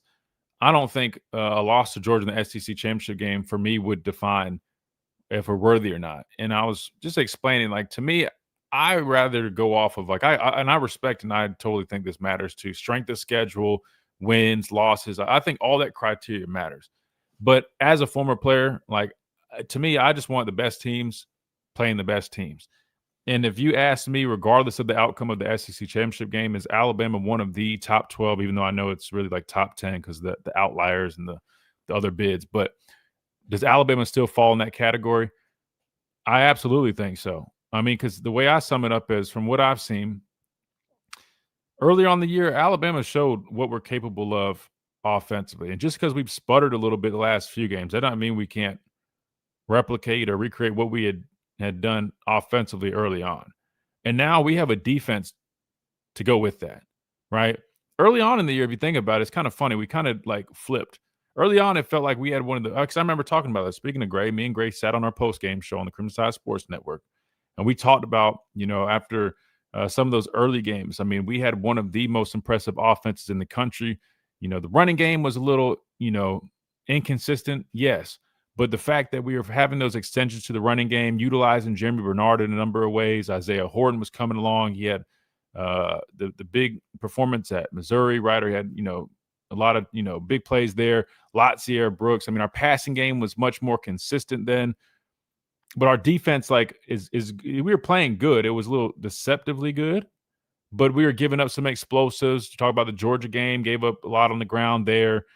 And I remember just kind of thinking, man, if we could get our defense to kind of, take it up a notch, take it up a level, I think this team is a top 4 team easily, which Alabama was ranked up there, right?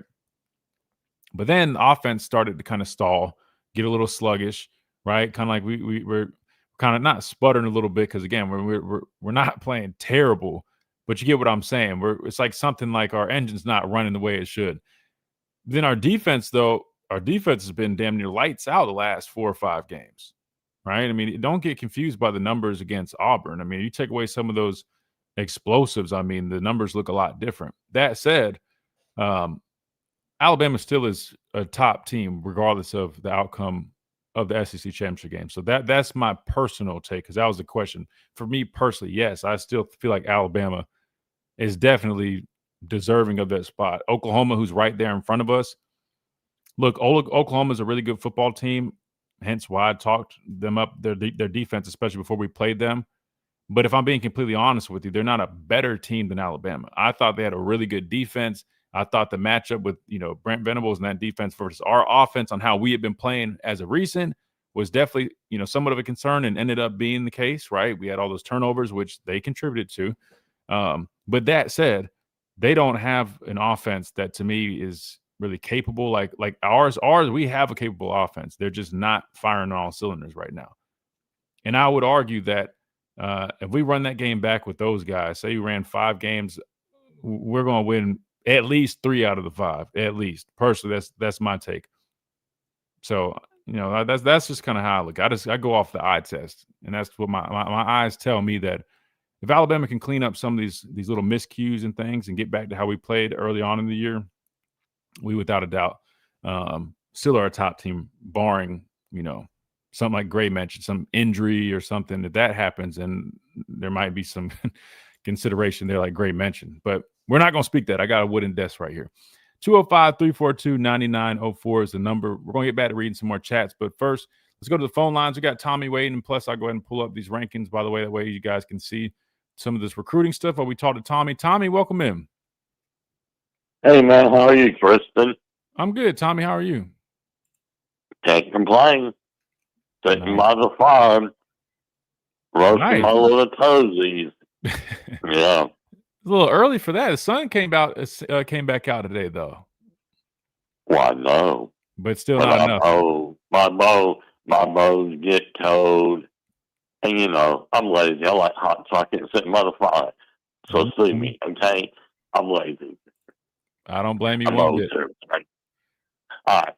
Well, look like we signed everybody we want to sign so far. I mean, it hasn't been no major dip. I mean, our coaching staff have done a good job recruiting and holding the recruit to commit to the University of Alabama. I'm real happy, and oh yeah, and I'll be honest with you, Tommy. I don't know about the other classes or who they sign, because I know on 3, which I think is very reputable. A lot of people typically lean on them for their recruiting information, but regardless, that's why, again, I don't get too caught up in the rankings. I do know back in the spring when these guys were going into summer, even though we don't talk a whole bunch about recruiting, when it was that time of year, a lot of people were asking about these guys. So I did get to see a number of them. And I'll probably, now that they've signed, go back and watch some more. But I can tell you this, Xavier Crowell is a very talented running back. I watched his tape, and he's very impressive. He's got that typical size, right? He's 5'11", 210. That's what he's listed at. Runs really hard.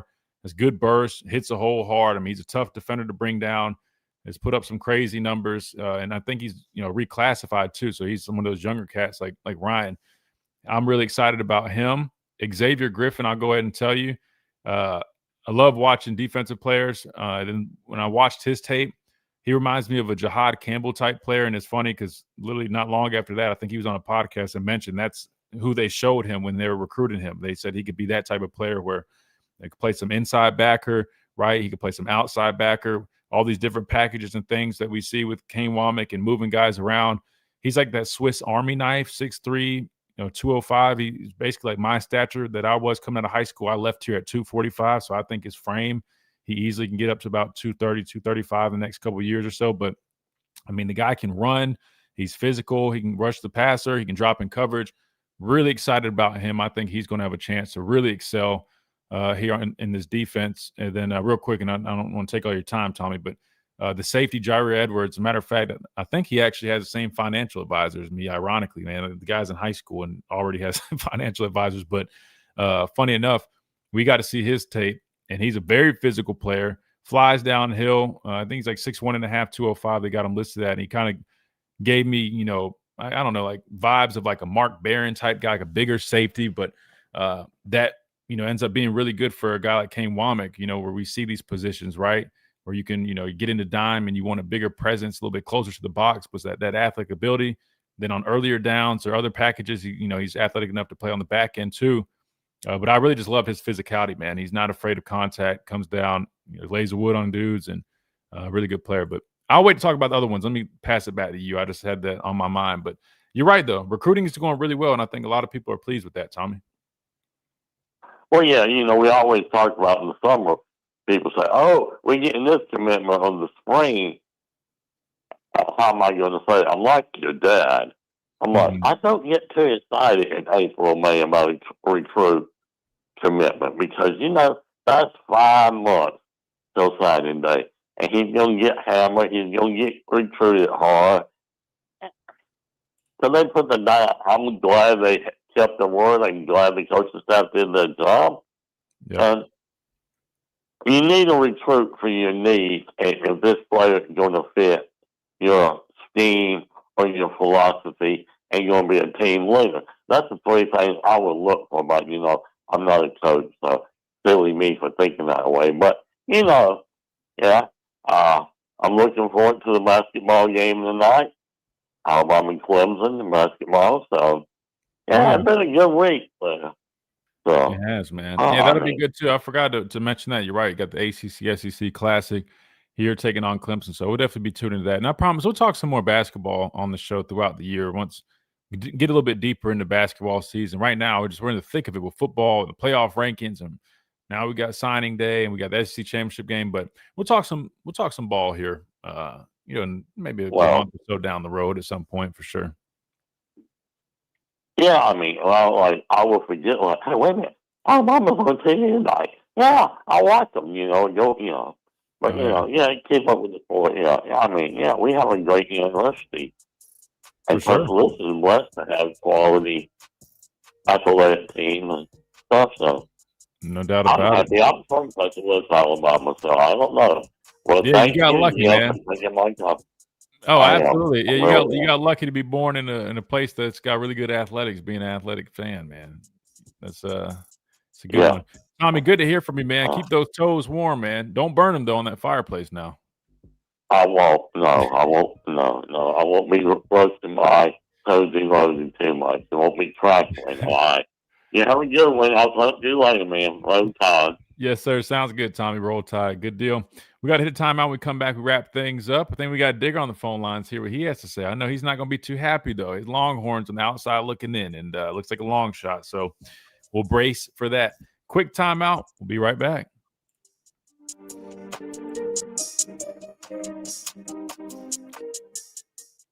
At Tuscaloosa Mazda, they are expanding their showroom.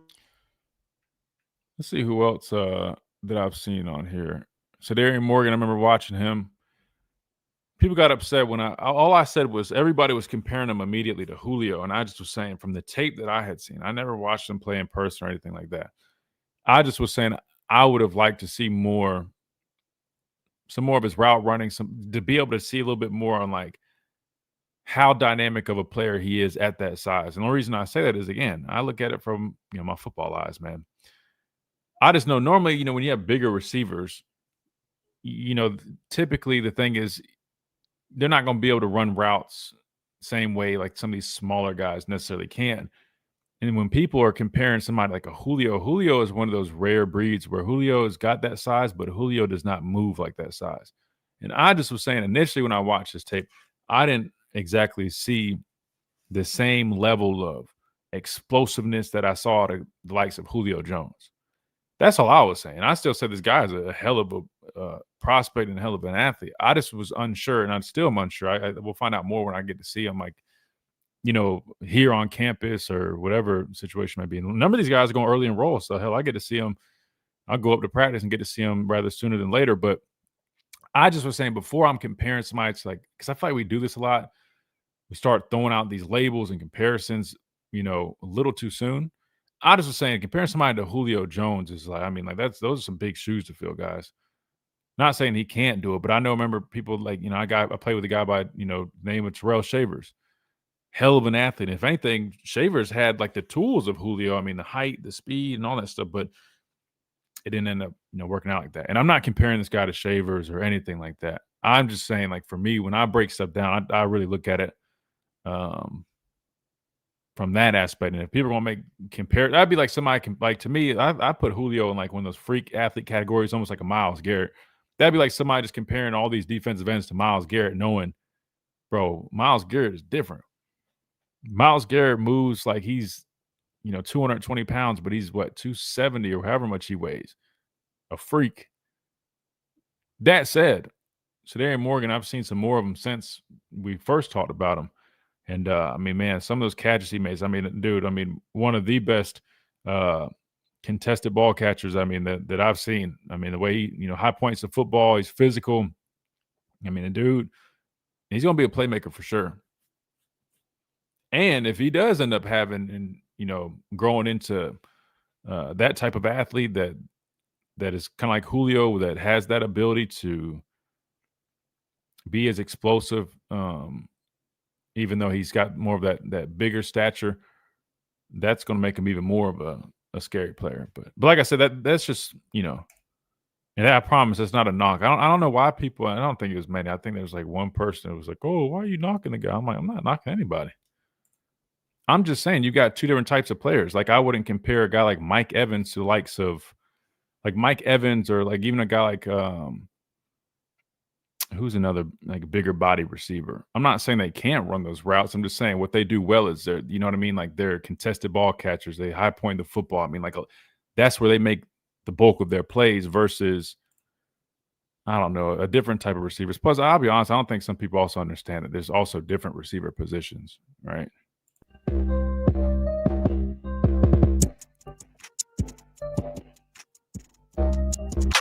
And welcome back into this Wednesday edition of the Miller's Edge, Ty 100.9, 1230 WTBC, talking a little bit of recruiting here during the break, just going over some of these guys. We were talking about receiver Sedarian Morgan and just the athlete that he is, man. A big body receiver, definitely displays all the ability to high point the football, a lot of, contested acrobatic catches, what we call mossing on people. Dude is a dog. And, whoever it is, whether it's, Keelan Russell, Austin Mack, or whoever it is down the road, maybe one of his classmates, man, they're going to have a big weapon, definitely on the outside. It definitely is more outside receiver X, but he's going to be a dog. But I was just saying, I'm curious to see, because a lot of people are throwing around the Julio Jones thing. And I'm like, if he displays that he does have that, extra level of athleticism for a bigger receiver, which is it's not common. It's pretty rare. That would be very scary. But I just was saying, just like Dom here on our chat was just saying, he doesn't have a lot of tape of him running a bunch of routes. And that's what I was explaining. The tape, and that makes sense. If you talk about high school recruits, a lot of times, man, these guys are just such good athletes. They're not asked to. Their coaches aren't having them do that. Whether you're a receiver or a linebacker, you're not asked to do all the things you're going to be asked to do at the next level. So I always do, consider that something that's interesting, how they, transition when they are asked to do things that they hadn't necessarily had to do in high school, right? Because they're just so good. They just dominate everybody. So at least Dom knows what we're talking about with that. I don't know why people took it out of context months ago. But anyway, 205-342-9904. We got a few minutes left. I'm curious to hear what Digger has to say. Digger, talk to me, man. I know the playoffs and the rankings came out last night. I'd imagine you're not too happy. Now, what are we doing here? Why are we doing this? If we're going to get punished for playing Ohio State, I don't get it. Don't lose to Florida. If we didn't play Ohio State, we would be in the playoff with 2 losses. Don't lose to Florida. So we're getting punished for what we're doing. Okay. No, and listen, I said that yesterday. I gave y'all credit yesterday for having the cojones to open up week 1 against a team like Ohio State. I hear you there, but like Jackson is saying in the background, I don't know if you can hear him, but he is saying it's the truth. The Florida loss, though, that is kind of holding you back. I don't think it's the Ohio State loss, but I'm with you though. It is frustrating. Because if you schedule a cupcake, I agree. If you scheduled a cupcake week 1, like some people do, you're right. The Florida loss wouldn't matter, and you probably wouldn't be punished. Maybe I don't know. Yeah, You also got Let's turn blown it out by around a little Georgia. bit here. What if you were to play Ohio State and we play Wisconsin? Okay. Well, I mean, we we opened what up is with it? Florida How State, bad who, of a again, at the loss? time when we scheduled Florida State, I mean, they weren't as bad. Yeah. I'm assuming they were a better team. Oh, So come on. And this is the other thing, that word gauntlet. Y'all talk about the gauntlet. Are we really talking about a gauntlet when you play Mizzou and they ended up 7-4? Okay, we've got the number one schedule. It's strength of schedule in the country. Right now, as we stand, if you look it all up, it's not in the middle of the season, not at the beginning, it's the end of the season. We played 5 top 10 teams. We went 3-2. We're not getting credit for that. How many top 10 teams did you play? top 10, we played Georgia and we played Oklahoma, so 2. What's your record there? We went 1-1 in those What's your games. record? We went Okay. 1-1. Was Okay. up there. Okay, and again, I'm just saying. Yeah, top If you 10. But lose this title game, I'm just saying, you're going to have 3 losses here. You better win this SEC championship because it's not going to make you any sense if you're left in the playoffs because you went to the SEC championship game. How many of these teams in the SEC went 7-1? Question. Simple question. How many? I'll be honest with you, I don't know. I mean, There- Georgia, Alabama. I know. It's 7-1. 4. 4. Okay, 7-1. Four of the SEC teams in this conference went 7-1. How did you get there? How did you get there? You can be honest with me. How did you get there? What do you mean? How do we get there? Tiebreaker, right? Well, Georgia got there there by beating the tiebreaker. crap out of Texas. No, Listen, you didn't. No, he said Georgia got there by beating the crap out of Texas.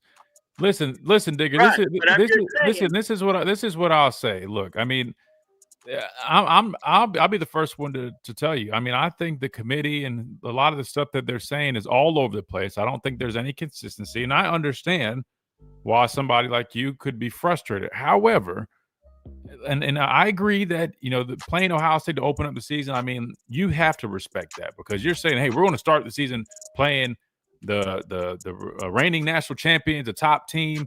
Even though the game was scheduled, years in advance, it's Ohio State. You expect them to be a good football team. I respect that, but like Jackson's saying, I mean, the Florida loss that doesn't help. And I get it, y'all are playing much better now, but y'all also went through a stretch in the middle of the season or earlier on in the season where y'all weren't playing great football, man. Arch Manning was not looking great. Now, while y'all are much better and y'all are definitely peaking at the right time, You had to beat Was that a Kentucky good in ball game that overtime. y'all played against South Carolina? Was that a good ball game you played against Auburn? Come on. absolutely You're not. doing the No. same thing. Well, no. South Carolina, no. Auburn wasn't great either. Thing, Christian. But listen, I but can say you're the same acting like exact thing about you guys. you're acting like we're very far off. We're at number 9. We were at 10. You guys are at 13, right? With 3 losses, and we have 2. Digger, I don't know what to tell you, brother. But you can't necessarily be mad at us. Yeah, but you can't necessarily be mad at us. I'm not mad at you. I'm just saying, who has the better resume if you got 3 losses? If you lose this SEC title game, that's You're saying my point. the 2 Who has the better but that resume? also takes into No, you don't. But that takes into account that we're playing an extra game. You look at it where it ends now. The regular season concluded, and we have 2 losses. You guys have 3. So, listen, Digger, I'm not mad at you. I'm not mad at you for being upset. Team? I'm just saying, I'm not mad at y'all for not getting there. Look, I get it. Okay, we're getting hoodwinked. We were told strength of schedule was going to be a part in this. It's not.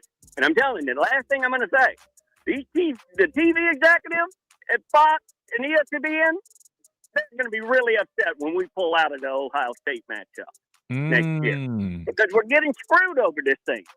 Okay. Hey, listen, they want listen. that big matchup at the beginning of the season, and you're not going to get it anymore if we're going to be getting punished like that. It's not the Ohio State game. That's your problem. You were ranked inside the top 10 with 2 losses. You're flipping it around. I can say the same thing about what y'all are saying. It's the Florida game that hurt you. It's playing and the Florida State game hurt you. Mississippi State. It's not the Ohio State game. And what did you do with South Carolina? You were losing until the last day. I'm just saying, nobody plays a straight game in the road game. I'm just saying. So fair. I mean, you can if bellyache you about how we schedule a played. gauntlet, Win's then a win. Are you saying it's a gauntlet because you played overtime with Kentucky and Mississippi State? I didn't say it was a gauntlet. Y'all keep saying it's a gauntlet. I'm just Well, telling hey, you, listen, you're at the bellyaching time- about how we won these games, and y'all are in the same boat as we are. Fair. Well, That's I will. all I'm saying. Well, I'll say this because we got to go. I feel bad. We're holding. We're holding Wyatt up, but it was a gauntlet at the time, 100%. That the teams were all ranked with like top 15, 16, whatever. Appreciate everybody joining us. We're going way over. Wyatt's waiting for us, so we're going to get out of here. Digger, sorry you're upset, man, but blame it on the committee. Big thanks, everybody. We'll see you guys tomorrow right here on the Miller's Edge. Tide 100.9, 1230, WTBC.